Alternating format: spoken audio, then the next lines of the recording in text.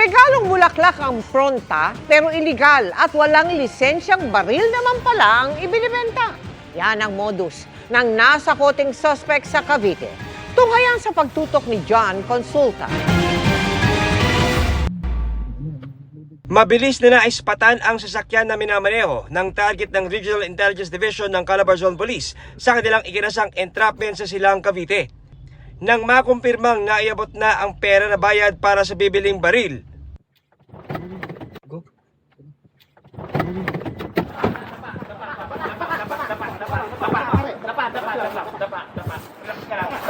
arestado ang suspect na kinilalang si Jefferson Macalima. Na-recover sa kanya ang isang caliber 45 na baril na walang lisensya. Nakabalot pa ito sa gift wrap na kahon at may kasamang mga bulaklak.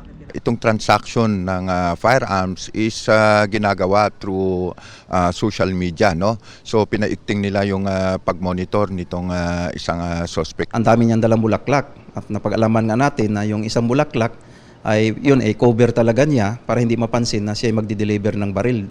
Napag-utusan lang po ako, hindi po totoo po yun. Actually po, meron lang akong, bibili lang po ako ng bulaklak talaga eh. Yung isa ho, doon sa nagpakuha, yung isa po, ipang susupresa ko po yun sa asawa ko.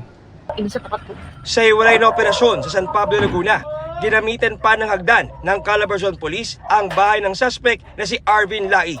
Na-recover sa suspect ang isang caliber 45 na baril na walang lisensya. Merong concerned citizen na tumawag po sa ating kapulisan na merong isang tao, no, na laging nagpapaputok at naglalabas ng baril, no. Nagkaroon ng search warrant. Tama nga yung concerned citizen na meron mga firearms itong suspect na ito. Wala pang pahayag ang suspect. Isa sa ilalim naman ng PNP PRO 4A sa ballistic examination ang mga nakumpiskang baril para matukoy kung nagamit ito sa mga shooting incident. Para sa GMA Integrated News, John Consulta, nakatutok, 24 oras. Noong nakaraang taon pa raw, isinumite ng babaeng dumulog sa amin ang mga dokumento para makuha ang naiwang benepisyo ng pumanaw niyang kapatid sa SSS, pero inabot na ng bagong taon, wala raw silang natanggap. Kung bakit, inalam ng inyong kapuso Action Man.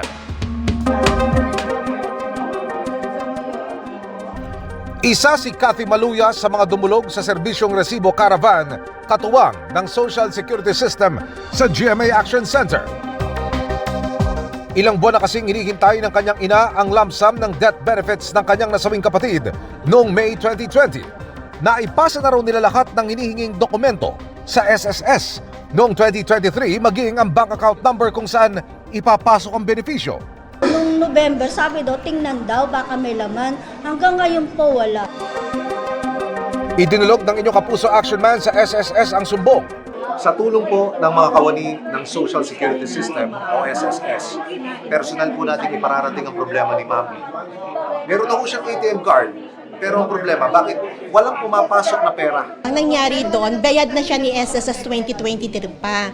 Kaya lang, incorrect bank account po yung binigay nila sa SSS. So hindi po, kahit ano pong withdraw nila, wala talaga pumapasok sa ATM account nila.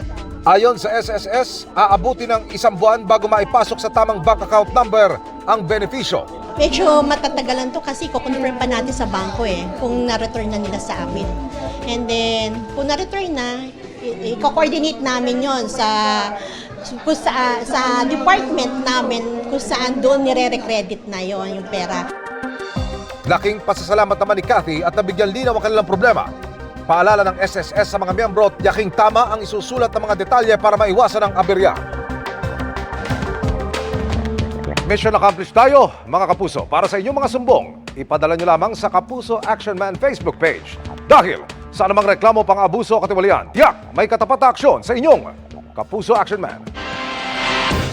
Isasantabi muna ang away. Yan po ang napagkasundoan ng mga lider ng Senado at Kamara sa gitna ng alingas-ngas kaugnay sa gumugulong na charter change. Nagyakapan pa sila sa palasyo kanina. At nakatutok si Ian Cruz. Sa ikasandaang kaarawan ni Chief Presidential Legal Counsel Juan Ponce Enrile sa Malacanang, nagkamayan at yakapan sina Senate President Juan Miguel Zubiri at House Speaker Martin Romualdez. mga lider ng mga kapulungang nagbabangayan ukol sa People's Initiative para sa charter change. Sa harap ni Presidente. Yes, sa harap ni Presidente, nakita ko kami. Nagkamayan po kami. Sabi po namin ay, let's work professionally, tigil mo ng bangayan.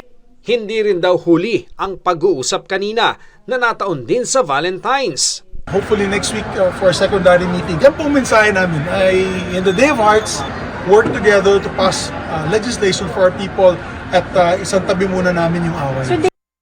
Karamihan daw sa mga kasama niyang senador gusto na rin mag-move on. Pero sabi ng Senate leader, it all depends on the members of the House kasi di ba daily po yung kanilang press con. Kami naman wala naman kami po press con daily. Gayunman, hindi naman daw pipigilan ni Zubiri ang gumugulong na investigasyon ng Senado sa People's Initiative. Sinusubukan pa ng GMA Integrated News na makuha ang panig ni Speaker Romualdez. Para sa GMA Integrated News, Ian Cruz, nakatutok 24 oras. Inilibing na po kanina ang ilan sa mga nasawi sa pagguho sa Maco, Davao de Oro. Bumuhos ang emosyon ng mga naulilan nilang kaanak. Sinimula namang linisin ang 2 lugar sa Barangay Elizalde sa Maco na gagawing mga relocation site para sa mga residente ng Barangay Masara. Posible pa rin kasing bumigay ang bahagi ng bundok doon, ayon po yan sa Mines and Geosciences Bureau. Matapos ang ilang taong pagtatago, natunton sa wakas ang isang lalaking pumatay umano sa kapitbahay dahil sa selos ang naging susi sa pagkakaaresto. Mga kwento mismo ng suspect pag lasing. Narito ang eksklusibo kong pagkita. Magsa-surveillance pa lang sana ang mga pulis pero pagdating sa area, natempohan na nila ang target. Wanted sa kasong pagpatay umano sa kanyang kapitbahay noong 2015 si Lito Ekiran. Dito siya sa Tanza, Cavite, nadakip ng Mobile Force Battalion ng Eastern Police District. At ang naging susi. Hoy, kayo na-aresto namin ha, sabi sanang warrant pa rin sa sanang homicide. Ang ating suspect daw ay tuwing nalalasing ay nagkakaroon ng pagkukwento na siya daw ay may pinatay sa somewhere in Cavite. At yun nga po, nireport sa ating operatiba at nagkaroon po ng validation naman ng ating mga intel operatives at napag-alaman, meron nga po siyang existing standing warrant of arrest for homicide. Ang motibo ayon sa anak ng biktima na tinutukan din ng mga pulis. Selos. Kasi po, yung tatay ko po, ever since po talaga yan, sir, napaka-give-giver po niyan. As in po, yung parang kami noon sa squatter na parang konti na lang meron, ibibigay niya pa talaga. Minasama raw ng suspect ang kabutihan ng biktima sa kanyang pamilya. Yung biktima natin ay may isang tinutulungan na pamilya na kung saan doon din nakikita rin yung ating suspect. Nagkaroon daw ng konting pagseselos. Hindi na nakapagpigil yung suspect natin at ginawa ng masama at pinagsasaksa po niya ang ating biktima. Our police stations operatives will render report to the judge para maipag-issue siya ng commitment order so para dalhin ito sa BJMP. Akala ko po talaga is parang wala na siyang mangyayari. Kasi pinasadyos ko na, imagine po from 2015 to 2024. Tumanggi naman ang suspect na magsalita pero naka-video call daw nito ang anak ng biktima na dati raw malapit din sa kanila. Humingi siya ng patawad kasi nakukonsensya daw po siya. Para sa GMA Integrated News, Emil Sumangil, nakatutok, 24 oras. Apektado na ang kabuhayan ng ilang magsasakang umaasa sa irigasyon mula sa Magat Dam dahil sa bumababang tubig nito sa gitna ng El Nino.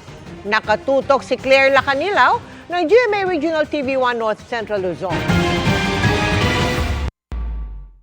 Bukod sa isa itong hydroelectric power plant, pangunahing din pinagkukunan ng irigasyon ng Magat Dam para sa malaking bahagi ng Isabela, Cagayan, Quirino at Ifugao. Kaya ganun na lang epekto ng pagbaba ng tubig sa reservoir nito ngayong may El Nino. Sa maraming magsasaka, tulad ni Maricel ng Barangay Burgos sa Ramon, Isabela, na bumaba raw ang produksyon ng palay dahil kapos sa patubig. Kasi kailangan po talaga ng palay ng tubig. Marami talagang may kailangan ng tubig kaya nag-uunahan po sa patubig. Sa ngayon, umaabot sa 180 meters above sea level ang antas ng tubig sa Magat Dam ayon sa NIA, bagamat mababa ito sa kanilang rule curve, ay sapat pa naman daw ito upang matugunan ang pangangailangan sa patubig hanggang March 20. Nag-extend tayo ng March 20. So hanggang March 20 po yung cut-off natin. Talagang yun din ang panahon din natin from March 21 hanggang May 7 para isaayos yung mga pasilidad natin, yung mga canals natin, isebento natin yung mga implement natin, yung mga projects natin na naka-allocate ngayon. Bukod sa Magat, muling bumaba rin ang tubig sa reservoir ng 4 na iba pang dam sa Luzon ngayong araw. Kabilang ang Angat Dam na nagsusupply sa Metro Manila at iba pang kalapit na probinsya. Bagya namang tumaas ang tubig sa reservoir ng Ipo Dam sa Bulacan at Binga Dam sa Benguet. Para sa GMA Regional TV 1 North Central Luzon at GMA Integrated News, Claire Lacanilaw, nakatutok 24 oras. Nagbigay pugay si Pangulong Bongbong Marcos kay Chief Presidential Legal Counsel Juan Ponce Enrile para sa ika-100 kaarawan nito. May pinasalamatan naman si Enrile sa kanyang tugon sa Pangulo. At nakatutok sa Mariz Umali. Kasama ni Pangulong Bongbong Marcos sa Malacanang nagdiwang ng kanyang ika-100 kaarawan si Chief Presidential Legal Counsel Juan Ponce Enrile. Naroon din sina dating Pangulong Joseph Estrada, dating First Lady Imelda Marcos, at ilang mga senador at kongresista at miyembro ng gabinete, pati na ang kanyang pamilya. Mismo si Pangulong Marcos ang nanguna sa pagbati at pagbibigay pugay kay Enrile. Smart as you, as clever as you, at 100 years old, and as active as you are at 100 years old, continuing to provide service to your country, continuing to give good advice, continuing to guide the way that the Philippines can go. Matatandaan naging Defense Minister si Enrile ng ama ni Marcos na si dating Pangulong Ferdinand Marcos Sr. bago siya tumiwalag at sumapi sa pagkapatalsik sa mga Marcos noong 1986 EDSA Revolution.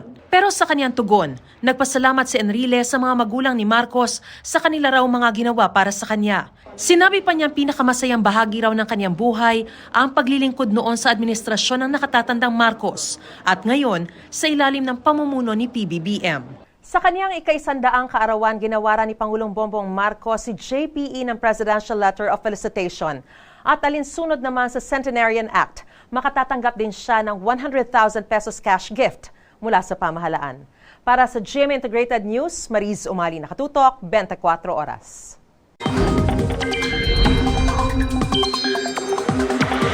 Mga kapuso, literal na malamig ang simula ng Valentine's Day sa ilang lugar kaninang umaga.